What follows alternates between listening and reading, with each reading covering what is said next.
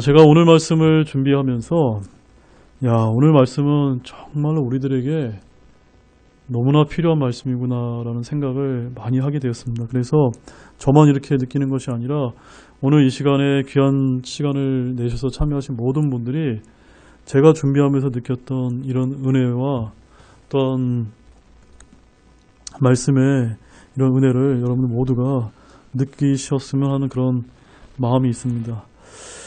제목은 땅에 있는 너의 지체들을 죽이라라고 하는 이런 제목을 가지고 오늘 하나님의 말씀을 좀 나누도록 하겠습니다. 우리는 지난 시간에 이제 육신을 내려놓는 문제에 대한 해답으로 땅에 애착을 두지 말고 위에 있는 것들을 추구해야 된다는 그런 말씀들을 저희들이 이제 살펴보았습니다. 그러면서 왜 우리가 위에 있는 것들을 추구해야 하는지에 대해서 추상적인 것이 아니라 구체적인 이유들에 대해서 우리가 하나하나씩 우리 상세하게 우리가 이미 살펴본 바 있습니다. 자, 그런데 오늘 말씀은 그 위에 있는 것들을 우리가 추구하는 데 있어서 가장 장애가 되는 부분을 우리가 살펴보고자 합니다. 우리가 위에 있는 것을 바라보는데 가장 장애가 되는 것이 무엇이 있을까요? 오늘 그것이 뭐냐면요, 바로 땅에 있는 지체들이라는 것입니다.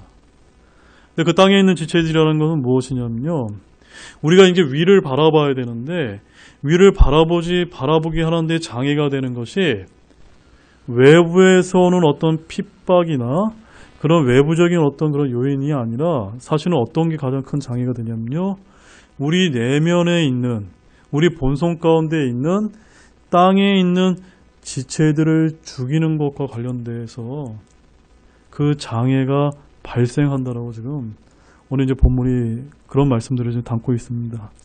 자, 그래서 우리 그런 말씀들을 우리 하나씩 우리 살펴보도록 하겠습니다. 먼저 5절 말씀을 다시 한번 보겠습니다. 그러므로 땅에 있는 너희 지체들을 죽이라. 그것들은 음행과 부정함과 무절제한 애정과 악한 욕정과 탐욕이니 탐욕은 우상 숭배니라. 제가 덧붙여서 설명을 드릴 필요가 없습니다. 땅에 있는 지체들은 무엇일까요? 그것들입니다. 그것들이 뭐라고 여기서 정의하고 있습니까? 음행과 부정함과 무절제한 애정과 악한 욕정과 탐욕이라고 이야기하고 있습니까? 이런 것들을 죽여야만, 이런 것들을 뛰어넘어야만 우리가 어떻게 할 수가 있는 것입니까? 땅에 애착을 두지 않고 위에 있는 것들을 제대로 바라볼 수 있는 것이다 라고 지금 강조하고 있는 것입니다. 자, 그런데 이 말씀을 가지고 로마 카톨릭을 비롯한 어떠한 종교단체들은 갖가지 금욕주와 고행을 이제 주장하는데 적용해 왔다는 점입니다. 특히 아주 유명한 그 고대 알렉산드리아 학자 중에는요, 오리겐이라고 하는 이런 우리 이제 신학자가 있는데, 이 오리겐이 오늘 본문과 마태복음 5장 30절을 들어서 자기 자신을 거세하였고 그 이유에 대한 증거 구절로 사용했다라고 전해지고 있습니다. 왜 거세했냐면요, 마태복음 5장 30절 말씀에 보면 이런 말씀이 있습니다. 만일 내 오른손이 너를 실족하게 하거든 그것을 찍어 내게서 내버리라. 내 지체 중에 하나가 없어지고 내 온몸이 지옥에 던져지지 않는 것이 내게 유익하니라. 그러니까 이 말씀은 지금 영적으로 적용해야 되는데 문자적으로 적용해서 해야 되는 말씀이 아니거든요. 근데 이 말씀 문자적으로 적용해서 어리석게도 자신의 몸에다 칼을 대었다는 겁니다. 또 어떤 다른 사람들도 오늘 본문을 사용해서 채찍질하고 자해하고 또 사회로부터 격리를 해서 수도원이나 기도원 등에 들어가는 등 온갖 지독한 형태의 고행을 자행해 왔다라고 지금 교회사 가운데 알려지고 있습니다. 아니, 교회사 가운데 알려질 뿐만 아니라 지금 오늘 이 순간에도 어디선가 이렇게 고행을 해야만 땅의 지체들을 죽이는 것이 아니냐라고 이렇게 생각을 하며 종교생활을 하고 있는 분들이 많이 있을지도 모릅니다. 또 대표적인 사람으로 여러분 마틴 루터도 아시죠? 마틴 루터도 신약의 그리스도인이 되기 이전에 로마 카톨릭에 있을 때 그의 지체를 죽이기 위해서 다른 사람들과 마찬가지로 자기 자신을 학대함으로써 하늘을 얻거나 하나님을 기쁘게 하려는 수도사나 수도승 또는 수행자들 중에 하나였다라고 솔직하게 고백한 적이 있습니다. 사랑하는 여러분, 이것이 얼마나 어리석은 일이 아닙니까? 맞습니까, 여러분? 우리가 하나님의 말씀을 잘못 적용을 하게 되면 얼마든지 이렇게 될 수 있다는 것을 잊지 마시기 바랍니다. 따라서 우리의 신앙에 있어 올바른 교리를 알고 말씀을 제대로 분별하는 것이 이렇게나 중요하다는 것입니다. 자, 이 말씀 우리가 성경적으로 좀 살펴보겠는데요. 먼저 여기서 그러므로 땅에 있는 너희 지체들을 죽이라라고 어떻게 말씀하고 있습니까? 명령형으로 좀 말씀하고 있습니다. 즉 이제 바울은요, 앞서 언급한 바와 같이 그리스도와 함께 죽고 살아난 그리스도인의 구체적인 삶에 대한 지침을 여기서 지금 제시하고 있습니다. 흥미로운 점은 바울이 위에 있는 것을 찾고 추구하기 위해서 가장 먼저 해야 될 일로서 무엇을 강조했다는 겁니까? 바로 우리 안에 있는 것들을 죽이는 것을 강조했다는 것을 저와 여러분이 주목할 필요가 있다는 점입니다. 위를 바라보는 것이 진짜 위를 바라보는 게 아니고요. 먼저 우리 안에 장애가 되는 것을 제거해야 된다는 그런 말씀입니다. 즉 우리가 그리스도인으로 거듭나서 하나님 우편에 앉아 계신 그리스도를 바라보며 하늘로 가는 데 있어서 가장 장애가 되는 것은요, 핍박과 같은 외적 조건이 아니라 바로 우리 내면에 있는 것들로서 너희 지체들을 먼저 죽이는 것이 가장 급선무라고 사도 바울은 지금 말씀하고 있습니다. 그리고 이는 단지 추상적인 명령이 아니라 바울 자신의 구체적인 체험에서 우러나온 살아있는 명령이었다는 것을 우리가 알 필요가 있습니다. 자, 그렇다면 바울은 어떠한 체험과 고백을 했을까요?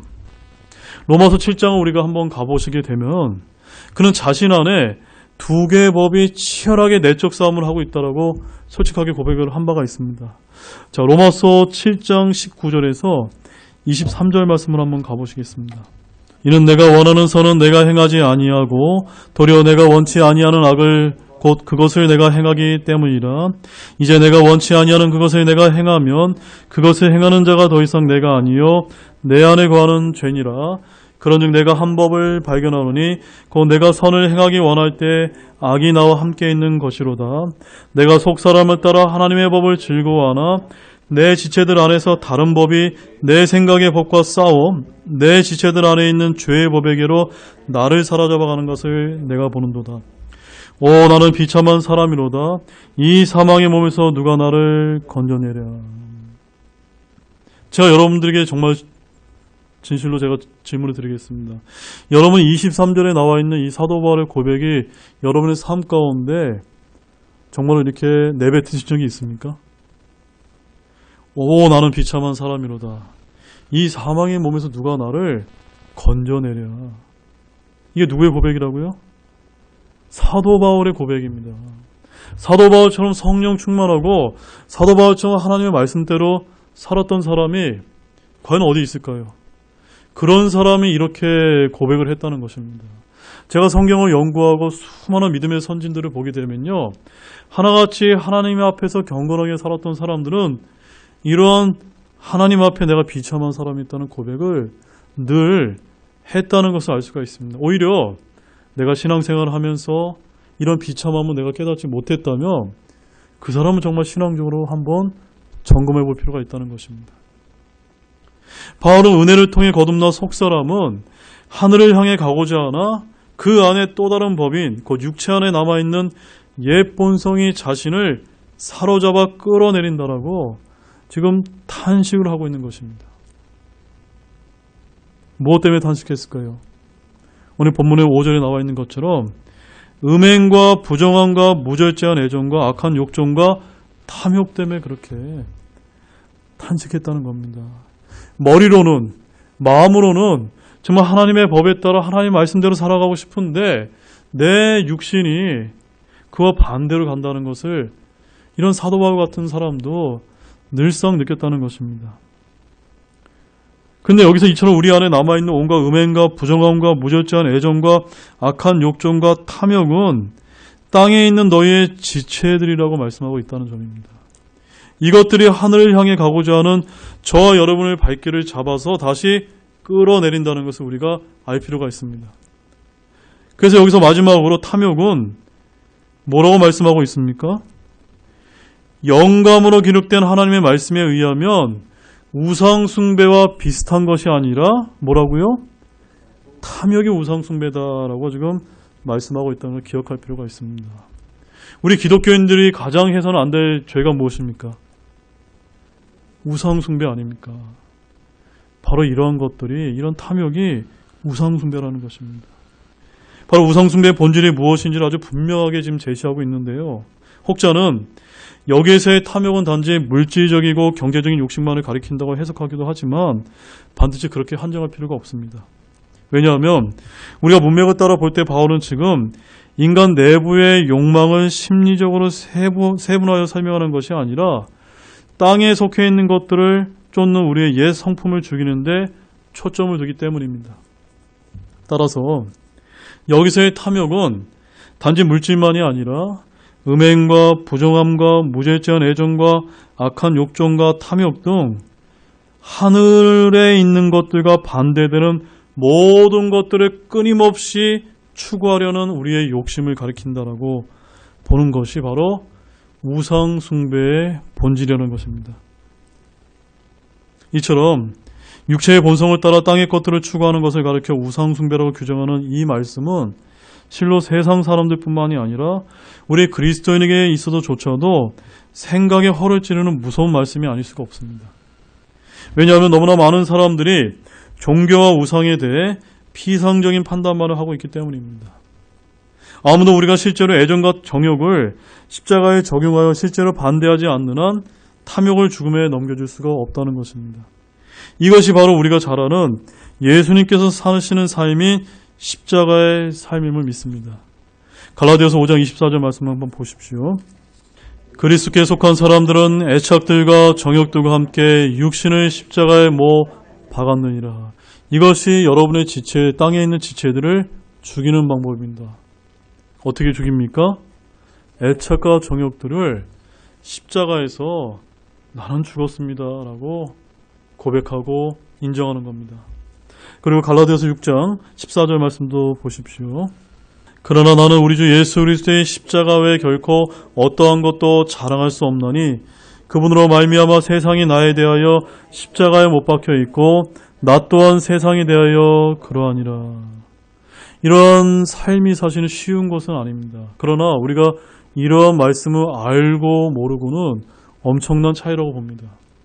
우리가 이런 갈라디아서의 말씀들을 늘 우리 이제 마음과 머릿속에 담아두셨다가 이러한 육신적인 문제에 부딪힐 때마다 과연 우리가 십자가에 못 박혀 죽은 자인지 정말 나는 십자가만을 자랑하는 자인지를 늘상 생각해 보시기 바랍니다.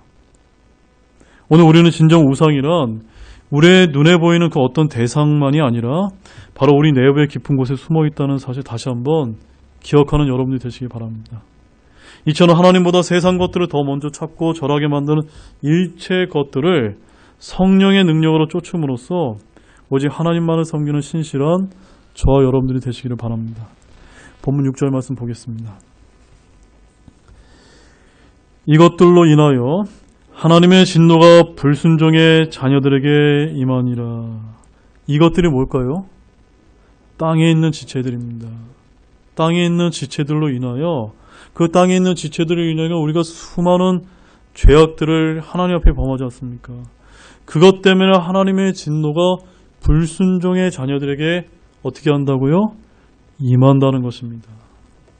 이 말씀은 이 땅에 재앙과 불행이 일어날 때마다 세상 사람들이 제기하고 있는 무수한 질문과 오해에 대한 아주 명쾌한 해답이라고 믿습니다.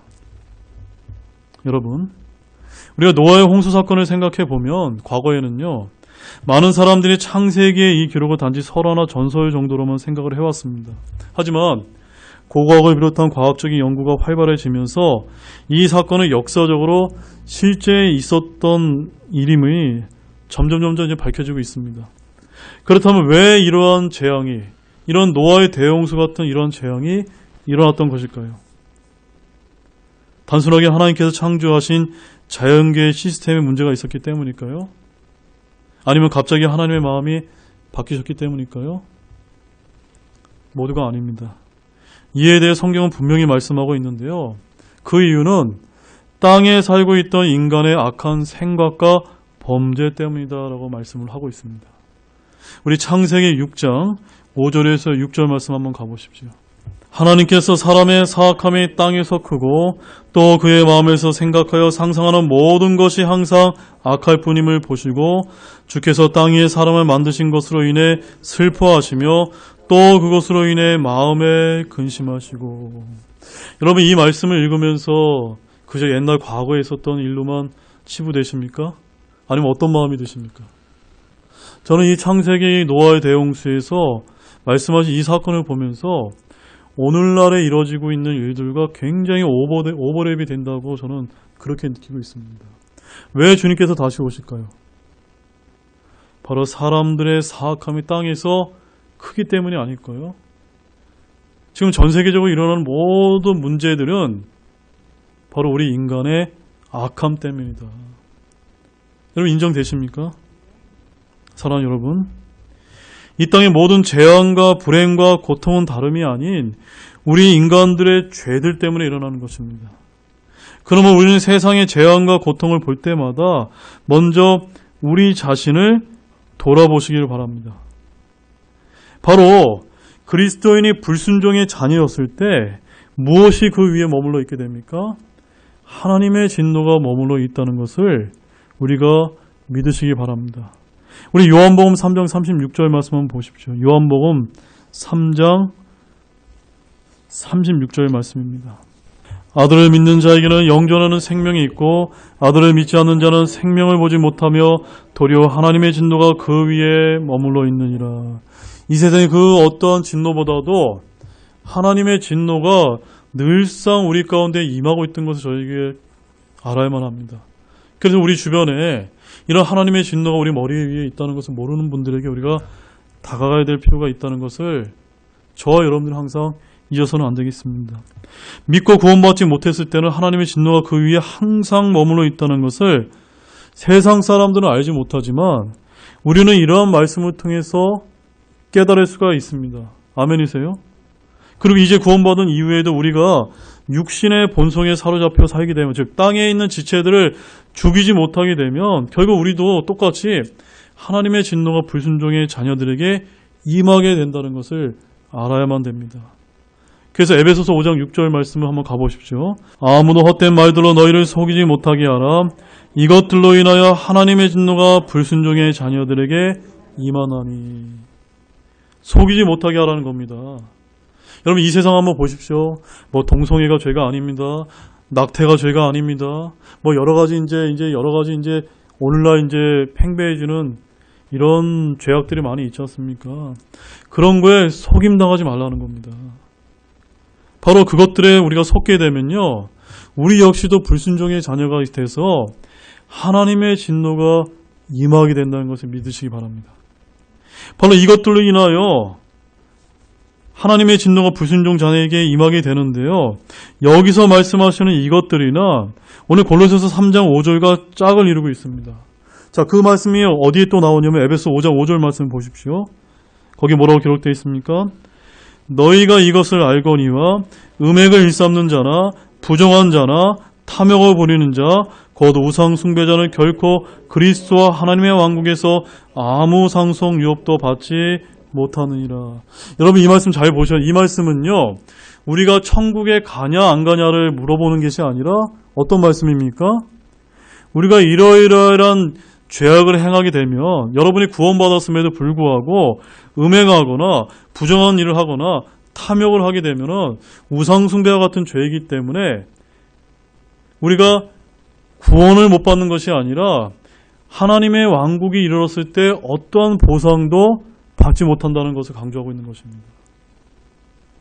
바로 우상숭배자는 음행을 일삼는 자, 부정한 자, 탐욕을 부르는 자라고 말씀하시면서 그런 자에게는 그 어떠한 보상도 없을 것이라고 분명하게 강조하고 있다는 것을 잊지 마시기 바랍니다. 본문 7절 말씀 보시겠습니다. 너희도 그것들 가운데서 살 때에는 한때 그것들 가운데서 걸었으나. 여기서 중요한 말씀은요, 한때 그것들 가운데서 걸었으나, 이것이 우리의 삶 가운데 정말 한때가 되어야만 됨을 믿으시기 바랍니다. 지금도 그런 것이 한때가 아니라 지금까지 계속 이루어진 거라면 정말 우리가 그리스도인의 삶에 있어서 너무나 안타깝고 슬픈 일이 아닐 수가 없습니다. 앞서 6절에서는 하나님의 진노가 이것들로 인하여 임한다고 말했고, 여기 7절에서는요, 그것들이라고 표현되고 있지만 다 같은 말입니다.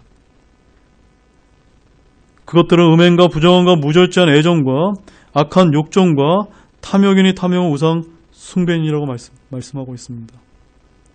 우리 그리스도인도 그것들 가운데 살았고 한때 그것들 가운데서 걸었는데, 이는 위치적인 것만이 아니라 영적으로도 육신 안에 있었기 때문입니다. 그리스도인이 불순종의 자녀였을 때 하나님의 진노가 그 위에 머물러 있었습니다. 그런데 그리스도인은 회심 이후에 진노가 다시 그에게 떨어지지 않게 하기 위해서는 이전의 행실들을 없애야만 됩니다. 우리 로마서 8장 1절 말씀 한번 가보십시오.